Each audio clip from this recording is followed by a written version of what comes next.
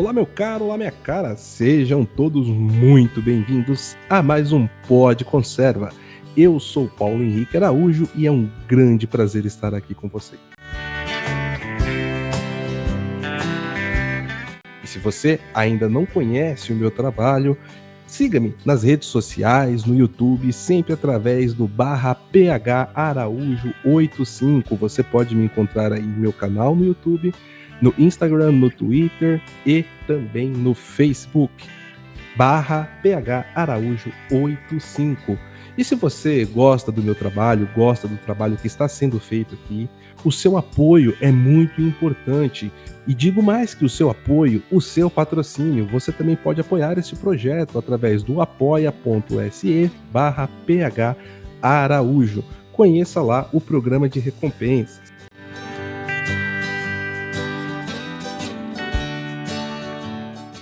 Bom, meus amigos, indo direto ao ponto, hoje, neste segundo episódio do Pod Conserva, nós vamos falar aí de temas extremamente importantes para a cultura brasileira e, quiçá, até a ocidental. Vamos falar aí sobre as questões envolvendo a infiltração ideológica dentro da Igreja Católica, origens históricas da teologia da libertação e até mesmo aí de novos projetos. Mas, para isso, eu não estou sozinho. Estou aqui muitíssimo bem acompanhado do meu amigo Bernardo Kister. Tudo bom, Bernardo? Salve, salve, Paulinho. Salve, salve. Muito bem. Muito bom, meu cara. É uma honra, é um grande prazer tê-lo aqui no Pod Conserva. Bernardo, nós temos aí diversos pontos para conversar, né, mas eu separei aqui alguns tópicos que vai além do sínodo que está em voga, é o que está todo mundo falando no momento, e eu gostaria de trazer aí mais informações, que a nossa audiência conhecesse mais sobre quem é Bernardo, né? Meu caro, eu gostaria de até frisar aqui, recentemente, no dia 26 de maio desse ano, eu tive a oportunidade de dividir ali um carro de som contigo na Paulista, e eu fiz questão, com muito carinho, de fazer uma homenagem para você, frente ao público. Pô, eu fiquei com vergonha. Por quê, cara? Você é merecedor, meu cara. E eu falei da importância e da coragem que você teve quando começou ali a fazer as denúncias, né, frente à SEBS, a uma ala da CNBB, porque ali o PT e a esquerda começou a fazer o que Mano Brown criticou, voltar às origens, né, voltar às raízes. E ali eles estavam fazendo, já em janeiro do ano passado, no ano eleitoral, com muita força. Dentro disso, aí eu pergunto para você, Bernardo, porque até aquele momento você já era conhecido do público e você viu as coisas acontecendo ali no seu quintal, na sua cidade. O que foi que motivou, o que foi que te conscientizou e levou a tomar a decisão de fazer aquelas denúncias?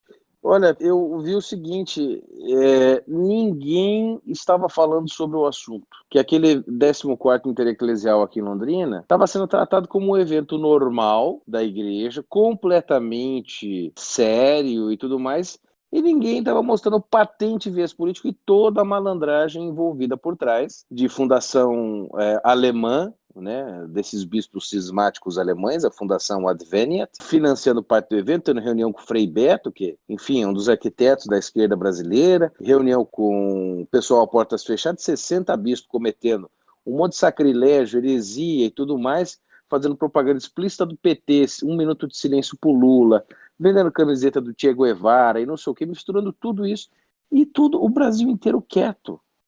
E esse evento congregando 60 bispos da igreja brasileira. Na igreja brasileira nós temos ativos uns 320. Ou seja, tem um número significativo de bispos ali fazendo aquilo, e isso está sendo tratado normalmente pelas pessoas.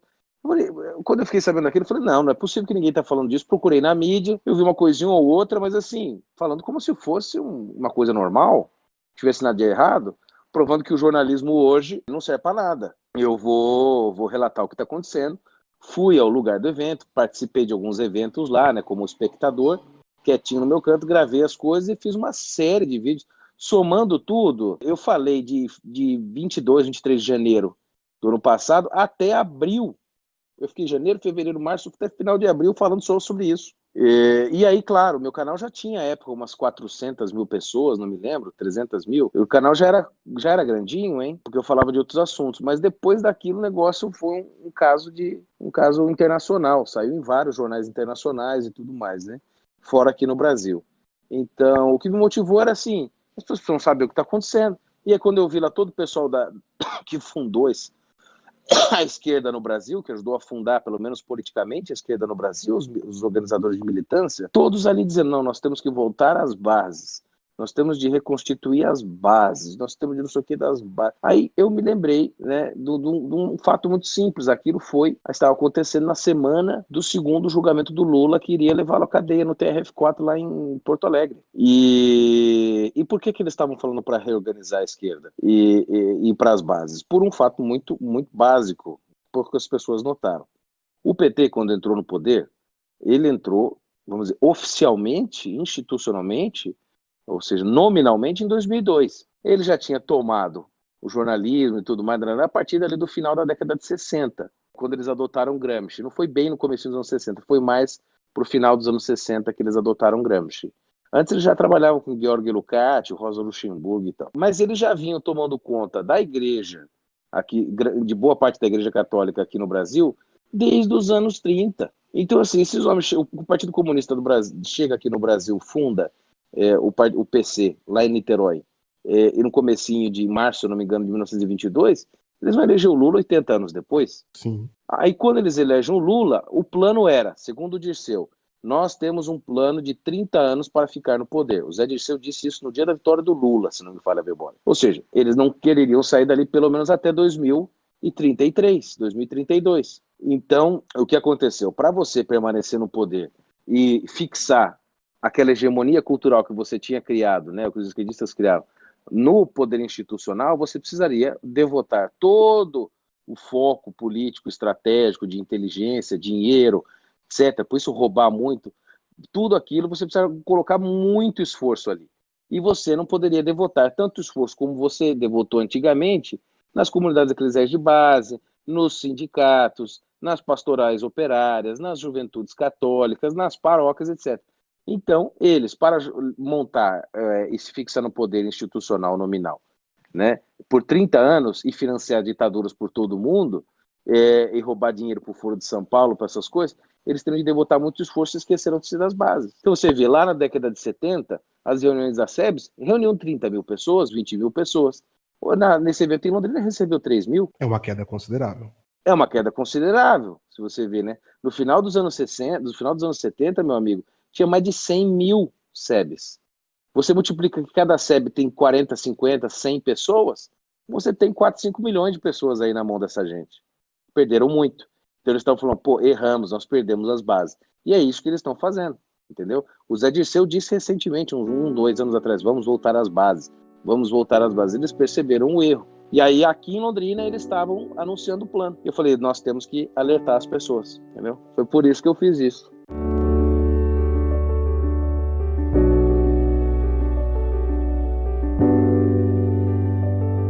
E, Bernardo, uma coisa que eu acho que foi um grande mérito nesse trabalho que você fez e que você continua fazendo é que você tem uma característica que eu considero primordial na comunicação.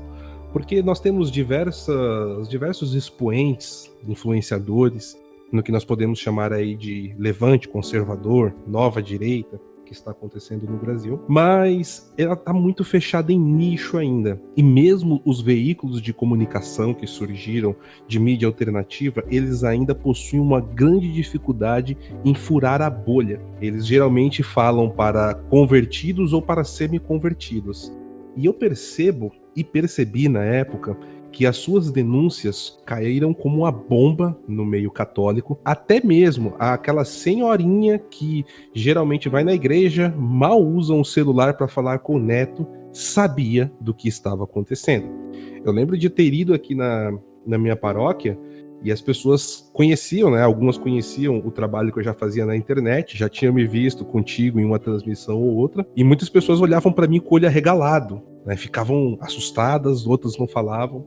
E até teve uma missa onde o bispo aqui da região veio celebrar a missa e falar sobre o que estava acontecendo, as denúncias que você estava fazendo, não citavam o seu nome, obviamente, mas foi uma missa, quase uma missa especial para falar sobre o caso, e o pároco aqui da minha paróquia só olhava de cima do altar para mim diretamente o tempo inteiro.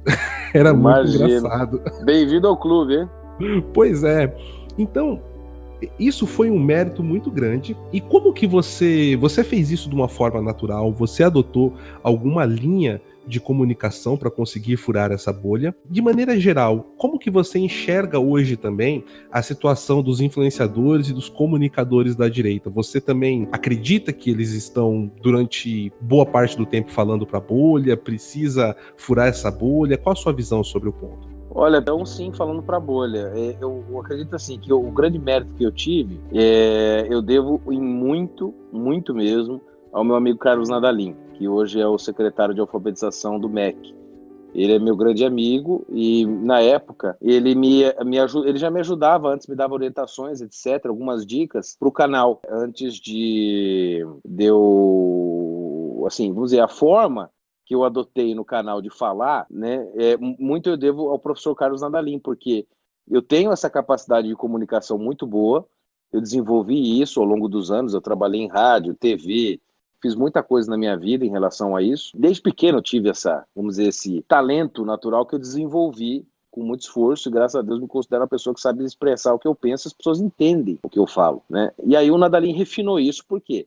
O Nadalim conhece de técnicas que podem ajudar você a superar certas deficiências do povo brasileiro. O povo brasileiro é um povo analfabeto, funcional e disléxico, por natureza, por causa da nosso tipo de educação que tem recebido. Então, não adianta você fazer um negócio com uma linguagem muito simples ou muito complicada. O jeito que você vai falar não importa.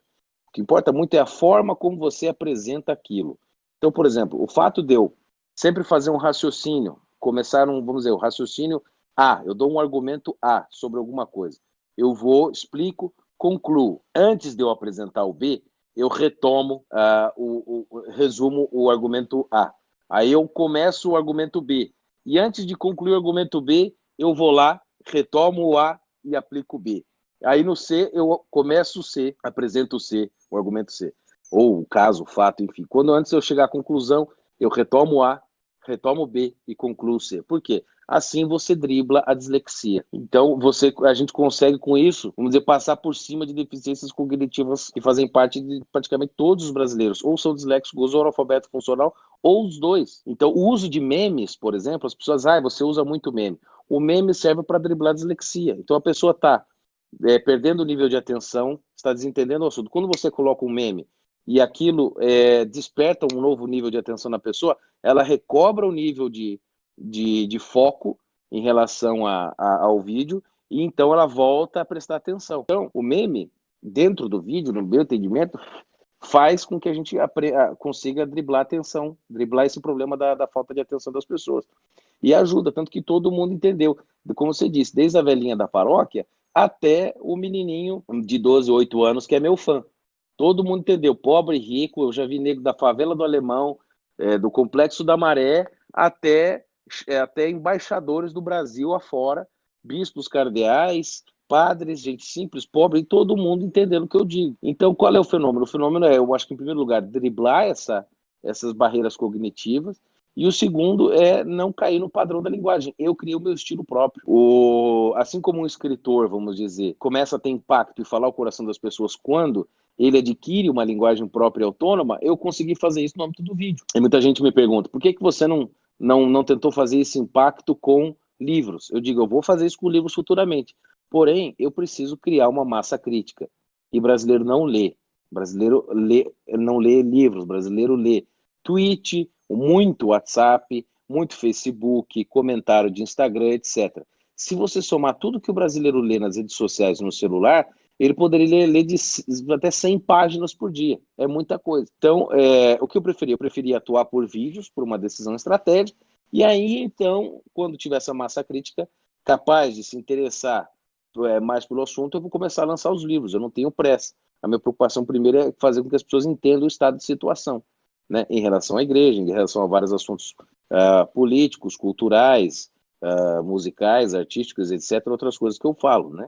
E acho que a direita, vamos dizer, esse levante conservador, como você chamou, está perdendo muito disso porque ela adotou chavões e linguagem própria da direita, que em parte foram criados pelo professor Olavo, e não buscaram desenvolver uma linguagem própria, autônoma de cada comunicador. Então você não tem isso. Um mérito, por exemplo, que eu acho que o MBL teve no princípio, apesar de todas as críticas, eu acho o MBL uma porcaria, mas no começo eles conseguiram fazer isso, criar uma linguagem própria. De algum modo, deficiente, cheia de buracos, mas conseguiram criar alguma coisa de linguagem própria. Eles seduziram muitas pessoas para essa coisa. Hoje as pessoas viram que aquilo lá era tudo uma grande mentira. Não durou muito. E o meu já vem se sustentando e cada vez mais aumentando a penetração. Essa coisa, por exemplo, que eu estou fazendo do sínodo, eu poderia, por exemplo, fazer artigos de jornal, etc. Está cheio de gente falando. Né? Veja lá, tá os cardeais da igreja falando, bispos falando, por que que isso não chega na velhinha? Por que que isso não chega na mulher da paróquia, na secretária da paróquia, na tiazinha do terço, no faxineiro do metrô, no chefe de cabine do avião, como vários vêm falar comigo, ou pilotos de avião, ou sei lá mais quem? Por que que não chega? Porque as pessoas não sabem procurar os assuntos, né? Elas querem que a coisa venha pronta para elas, e é isso que eu tenho feito. Então eu reúno as informações com prova primária, eu foco nos agentes políticos, seja ele um grupo, uma organização ou um indivíduo, não fico focando só nas ideias, né? E apresento aquilo de forma mastigada, superando essas barreiras cognitivas. Então, não acho que a direita tem que aprender a criar uma linguagem própria dela, só que para isso você precisa de muito estudo, precisa entender como as pessoas pensam e criar uma forma de transmitir isso que fale ao coração das pessoas. Então, por exemplo, para encerrar aqui essa resposta, eu não posso simplesmente falar assim, a teologia da libertação é um problema, ela foi condenada pela igreja, ou o comunismo na igreja. Isso não fala ao coração das pessoas. O que eu tenho de dizer? Olha, sabe quando você está na paróquia e o padre, quando vai te receber para confissão, ele não pergunta quais são os seus pecados, ele pergunta o que está te incomodando? Em vez de te absolver, ele fala, não, Deus te ama, Deus tem misericórdia, você não tem nenhum pecado, fica tranquila. Isso é o padre te falando que isso está fazendo o padre te induzindo a negar a igreja, porque a igreja fala isso, e o padre falou isso, entendeu? O erro está aqui. Quando o padre vai lá e fala que a Eucaristia é a partilha da comunidade, não o corpo de Cristo, o que ele está dizendo? Está negando a fé da igreja como Jesus ensinou. Isso pode levar você para o inferno, pode desgraçar a sua alma, entendeu? É isso. Aí você explica um pouquinho de teoria, entendeu? Então é esse jogo, eu acho, Paulo, que está faltando um pouco para a direita. Fica só falando, esbravejando ou gritando muito e não está preocupado em falar para o coração das pessoas. Não adianta você só ficar denunciando as coisas, você tem que denunciar com objetivo específico, pensar bem quem é o teu interlocutor, quem que vai ouvir, para onde você está endereçando aquilo. Você não pode falar para todo mundo. Então, por exemplo, a Rede Globo não fala para a massa. A Rede Globo fala para uma elite específica, que é moldada pelo jeito que ela pensa. É errado? É. Só que ela consegue ainda falar o coração da elite do Leblon, do Higienópolis, entendeu? Ela consegue. Agora, ela não está mais falando e retumbando o coração do povo. Por que o Bolsonaro teve o sucesso? Porque ele falou a linguagem do povo. Ele não falou assim, veja, por preceitos de segundo o direito natural, o ser humano tem direito à legítima defesa e, portanto, pode, ao ser defrontado com uma situação que atente contra a própria vida, ele pode, né, e tem às vezes até tem o direito de retirar a vida do outro. Não, ele fala assim, tem que se fuder, pronto, acabou, porra. Entendeu? Ele resumiu isso. Vagabundo tem que morrer mesmo, porra. Eu lembro quando eu cheguei pro Bolsonaro uma vez, uma entrevista que eu fiz com ele, eu perguntei assim, Bolsonaro, qual é o seu plano para reduzir o problema de homicídios no Brasil, que estão quase batendo 70 mil? Ele falou assim, olha, tem que ver quem tá morrendo, porra. Se é vagabundo, tem que morrer 200 mil.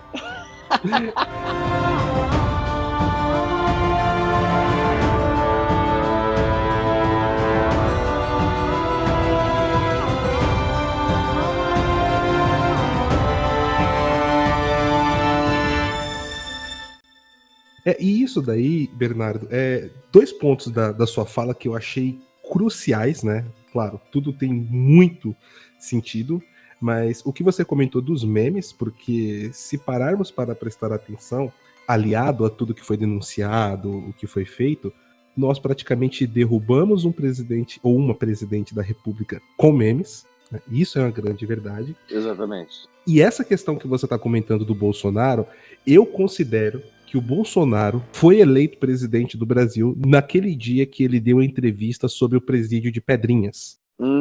Pode ser. Porque assim, aquilo ali foi em 2015, se eu não estou enganado, e o Bolsonaro era conhecido até certo ponto, um grupo de pessoas que já estavam ali pensando no nome dele como uma candidatura, mas aí eu vou até fazer uma pequena reflexão sobre a esquerda, ela conseguiu sempre tomar muito espaço e avançar no Brasil por ela justamente ir ao coração, como você falou. Independente do plano ideológico por trás, ela sempre avançou em cima dos problemas reais, né? Principalmente com o trabalhismo, nos anos 70. Ela foi fomentando isso, aquela luta de classes, o pobre que quer colocar comida na mesa e assim por diante, né? Que é um problema que realmente existe, mas ela conseguia ideologizar isso e transformar isso em votos. Só que depois de 2002, como você explicou no começo, eles começaram a não ter condições de manter essa base alimentada porque precisavam começar a olhar o topo, o que estava sendo feito no topo da pirâmide, na base do governo. Então, eles começam a avançar, né, principalmente a base, né, os satélites como o PSOL, o PCdoB e assim por diante, começam a avançar agendas que não são naturais para o brasileiro, como a agenda LGBT, feminismo, pregação aí do aborto, entre muitas outras coisas. E isso começou a distanciar a esquerda da população. E de repente você vê, surge um cara, um político falando uma linguagem simples, direta e aquilo que está alinhado com os valores do dia a dia da população brasileira. Então, vou pegar aqui um exemplo, quando Jair Bolsonaro, por exemplo, fala: nenhum pai quer, quando seu filho chega em casa, esteja brincando de boneca por influência da escola. Essa é um dos pontos, né, que a ideologia de gênero bate, cria toda aquela espiral do silêncio e joga todas as pessoas contra a parede. Então nós vemos que ao mesmo tempo que a esquerda ela se distancia do trabalhismo, ela se distancia daquele discurso do Estado paternalista como um grande cuidador da população e também do coitadismo, por que não, fomentando sim aquele pensamento escravizante da pobreza, e ao mesmo tempo ele começa a se distanciar dos valores. A esquerda foi se distanciando cada vez mais dos valores que o brasileiro tanto preza. Então nós vemos, como nós já comentamos aqui no início do programa, a esquerda tentando voltar novamente aí às suas bases e tentando resgatar novamente, tocar o coração das pessoas. E eles começaram, ou pelo menos tentaram fazer isso daí através das SEBs, das comunidades eclesiais de base, e teve aí, né, um grande golpe no seu plano com a sua ajuda, Bernardo. Mas uma coisa que eu gostaria que você explicasse é como que surgiu de fato a teologia da libertação. Existe, inclusive, uma linha de estudos que diz que ela surgiu já com uma mão da KGB, ou ela foi proveniente de dentro da KGB, ali no final dos anos 60, virada dos anos 70, num congresso que teve na Colômbia, isso é descrito no livro Desinformação. Isso é realmente um fato? O que você pode dizer para nós sobre isso, Bernardo? Sobre esse grande emaranhado que é a teologia da libertação, novamente aí está sendo usada, está sendo utilizada para chegar novamente nesse ponto crucial, né, que é a religião hoje no Brasil. Olha, Pedro, é uma confusão demoníaca. O Weber, e o professor Olavo cita muito isso, o Weber está certo, né? Que a história é a somatória das ações humanas impremeditadas, né? Ou seja, que você, em parte é verdade, em parte não. Ou seja, você tem um conjunto de grupos e etc. se movimentando que, até onde eu sei, não são todos combinados, né? Não é uma espécie de conspiração universal. Mas, por outro lado, você vê sinais de que a coisa foi premeditada. Eu sou contra, por razões históricas bem fundamentadas, dessa ideia de que do testemunho do Pachepa, né, de que a teologia da libertação nasceu na KGB. Isso aí eu acho que vamos dizer assim, está querendo valorizar demais, né, assim, o papel da KGB nessa história. Quando o Pachepa, que foi o tenente-general do Serviço Secreto da Romênia, né, ele fala que a ideia surgiu em 1968 da cabeça do Nikita Khrushchev, que foi o sucessor de Stalin, né, e ele, vendo que não conseguia chegar na América Latina além de Cuba, por meio da Revolução Armada, percebeu que a barreira era a igreja e que, portanto, tinha de criar mais um movimento de libertação, só que desta vez na igreja, a partir da teologia, etc. Só que quando a gente olha para a história, por exemplo, você vê que já nos anos de 1965, você já tinha, no final do Concílio Vaticano II, não por consequência deste, mas você tinha um grupo de bispos rebeldes, aproximadamente 500 bispos rebeldes, que no dia 16 de dezembro ou novembro, não vou me lembrar agora, antes da última sessão do Concílio Vaticano II, 500 bispos liderados por Dom Helder Câmara, que era o arcebispo vermelho aqui no Brasil, de Olinda e Recife, ele conclama esses bispos a fazer uma missa nas catacumbas de Santa Domitila, fora dos muros de Roma, debaixo da terra, nas catacumbas que os cristãos se escondiam para fugir da perseguição do Estado do Império Romano, para fazer uma missa. E ali, antes da missa, eles se despojaram das suas vestes, né, de bispos e cardeais, para simbolizar a sua adesão, né, a essa teologia dos pobres. Então eles celebram aquela missa e firmam um pacto, né? E era um pacto que ficou conhecido como Pacto das Catacumbas, porque era o lugar onde eles estavam. E nesse pacto que foi firmado, era a seguinte ideia: nós vamos dar a nossa interpretação do Concílio Vaticano II para o mundo, nas nossas dioceses, e onde nós pudermos, né, pelo mundo inteiro, vamos difundir isso aqui, porque é assim que nós vamos interpretar o concílio, é esse viés que nós vamos dar. E aí eles adotam como símbolo da aliança para esse pacto aquele famoso anel de Tucum no anelar esquerdo, geralmente é usado, né, que é aquele anel de coco escuro que simboliza o pacto da libertação, né? Ou seja, isso 3 anos antes da alegação do Patipa acontecer. E eles já vinham, desde muito tempo, tendo vamos dizer, esse intento de fazer uma teologia católica, uma síntese da teologia católica com o marxismo, né? Isso vem muito antes. A gente via que já nos anos 40, por exemplo, você tinha um padre francês, um padre belga, Joseph Lebré, que veio muito ao Brasil, né? Foi muito influente na juventude universitária católica, muito influente nos jovens católicos, inclusive foi o mentor pessoal do Plínio de Arruda Sampaio, que fundou o PT, depois o PSOL, até concorreu à presidência em 2010. O mestre dele era o Padre Lebré. E o Padre Lebré, que o Corsão, naquele livro do Século do Nada, desce o porrete do Padre Lebré, ele já nos anos 40 vinha visitar o Brasil, em 47 especificamente, veio visitar o Brasil para inocular uma ideia que ele tinha criado lá no convento de La Tourette, na França, com a ideia de que era possível você encontrar uma via média entre o coletivismo soviético e o individualismo, o capitalismo americano. Só que, na verdade, aquilo era assim, ele passava a mão, passava o pano no comunismo e fazia uma crítica acirrada ao capitalismo, ou seja, a economia livre do mercado. Então, e isso, vamos dizer assim, desimunizou a sociedade daquelas pessoas e a resistência a elas ao comunismo. Daí o Padre Lebré foi um, o Jacques Maritain foi outro, o Emmanuel Mounier foi outro, Teilhard de Chardin, Karl Rahner e tantos outros, de sua maioria jesuíta e dominicanos, que foram já criando essa ideia de que era preciso fazer uma sociedade nova, melhor, do amor e da justiça, e, obviamente, isso aí deveria ser feito mediante a concentração de poder num grupo. Essa é a ideia de mentalidade revolucionária do Olavo. Esse negócio data desde o comecinho do século XX na igreja. Essas ideias desses que nós chamamos de progressistas. E que nós já vemos sinais disso acontecendo dentro do clero desde logo depois da Revolução Francesa. Padre Boucher, Padre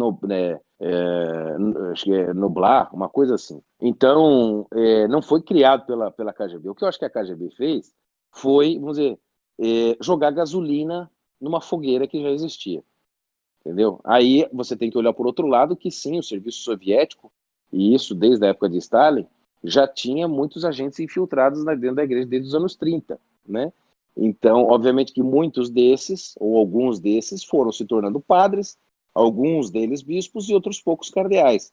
Então você tinha essa gente influenciando de algum modo na dinâmica vaticana, né? Agora, quanto disso, de fato, redundou na formação da teologia da libertação, nós não sabemos. O fato é que tinha, sim, agentes russos nessa história.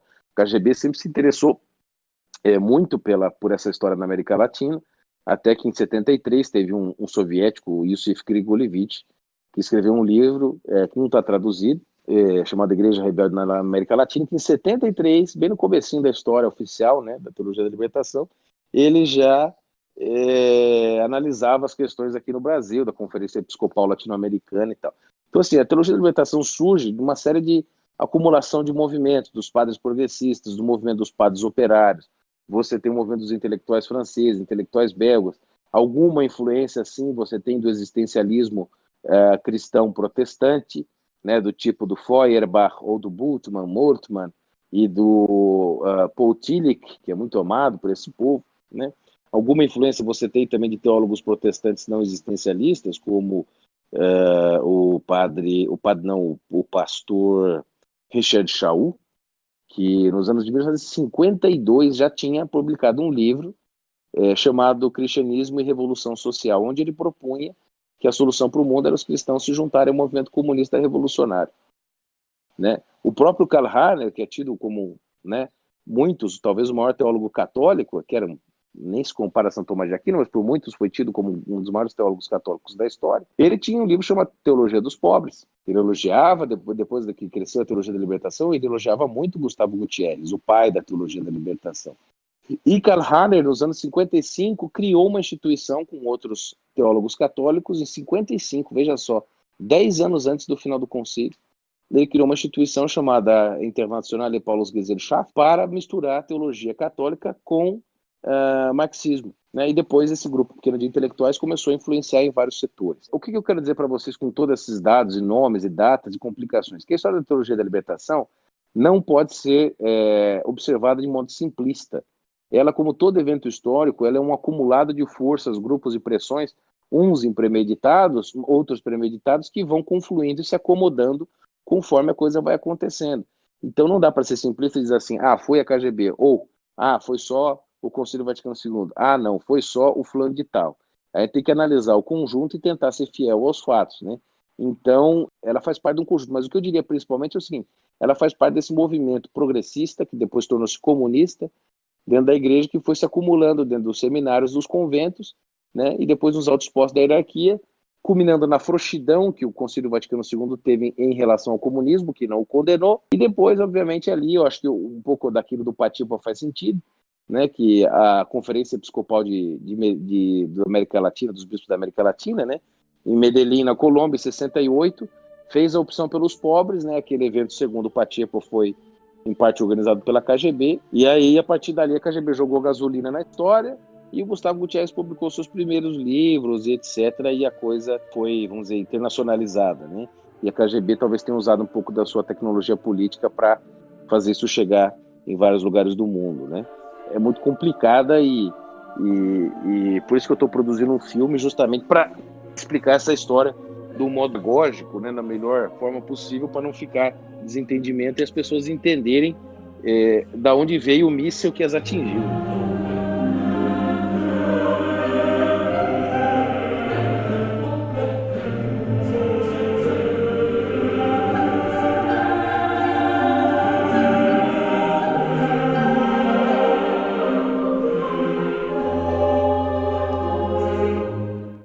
Excelente aula de história, Bernardo. Acredito que todo este pano de fundo que você colocou seja aí somente um pequeno teaser ou somente uma pequena ponta do seu filme que está por vir aí, Eles Estão no Meio de Nós. E aproveitando, Bernardo, como que está o processo aí de produção e finalização do filme? Acredito que ele esteja para sair, correto? O filme, meu velho, o filme tá todas as gravações já estão feitas, falta um detalhezinho aqui e ali, e a gente tem expectativa de lançar ou até final do ano ou começo do ano que vem. Tá indo muito bem, vai ficar lindo, cara. Vocês vão chorar, tenho certeza. No começo de tristeza, no fim de alegria.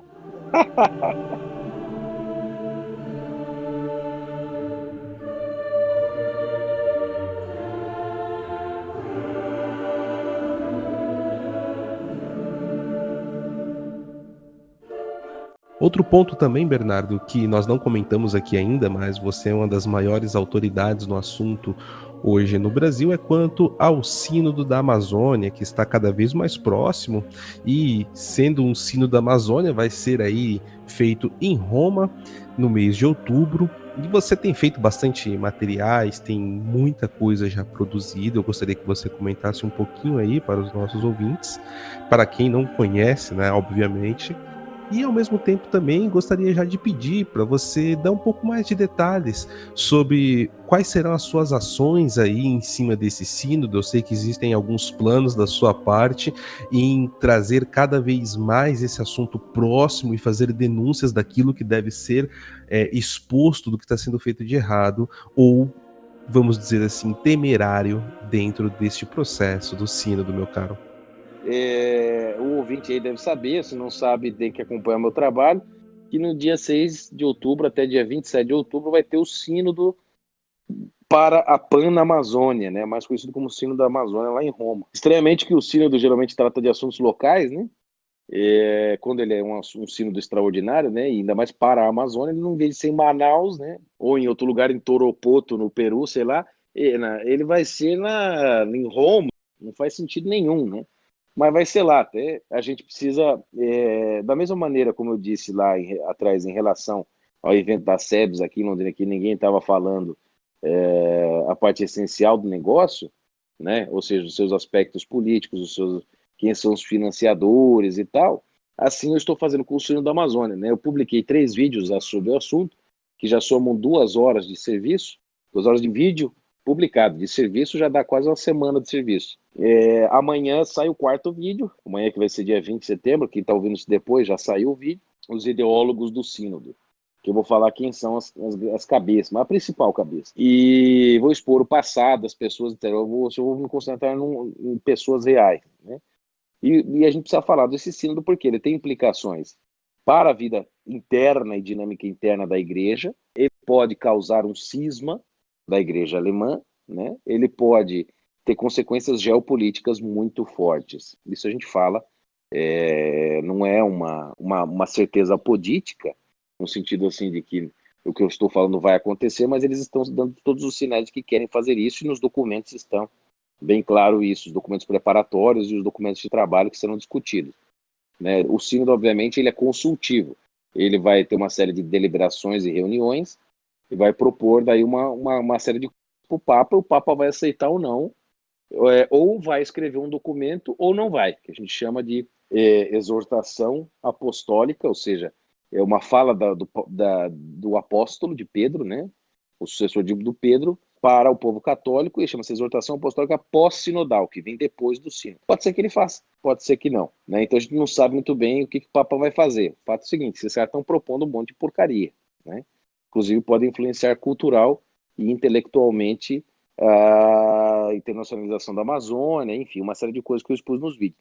E aí eu vou passar o mês inteiro em Roma, cobrindo esses eventos, a gente tem pessoas lá muito bem posicionadas, para nos dar informação privilegiada sobre o que vai acontecer lá, nas reuniões fechadas, nas abertas, vai ter gente nossa lá, e a gente vai ter um site específico, onde nós vamos publicar notícias, furos, os vídeos, análises, vão traduzir análise de outros sites, para as pessoas terem uma central de informações sobre o Sínodo da Amazônia, né?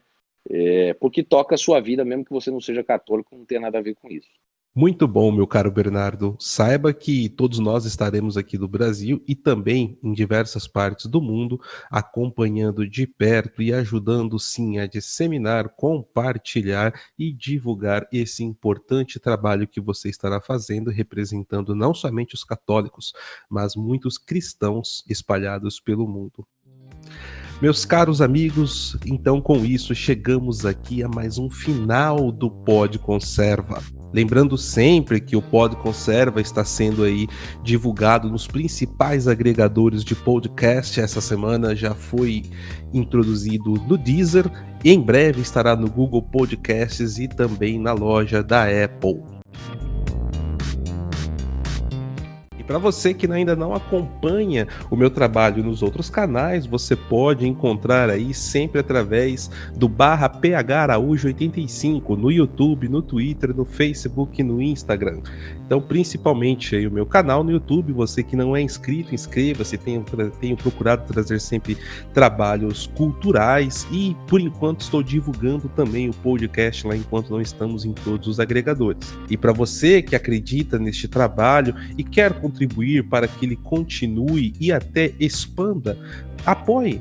Traga aí o seu apoio e forneça a sua web esmola através do apoia.se/PHAraújo. Bernardo, meu caro, eu quero imensamente agradecer a sua participação, o seu tempo e a sua disponibilidade, meu querido. Eu que agradeço, meu querido. Eu que agradeço, Paulo. Olha, Deus te abençoe. Obrigado por tudo. Muito obrigado, meu caro. Você também. Pessoal, fiquem todos com Deus e até o próximo Pod Conserva.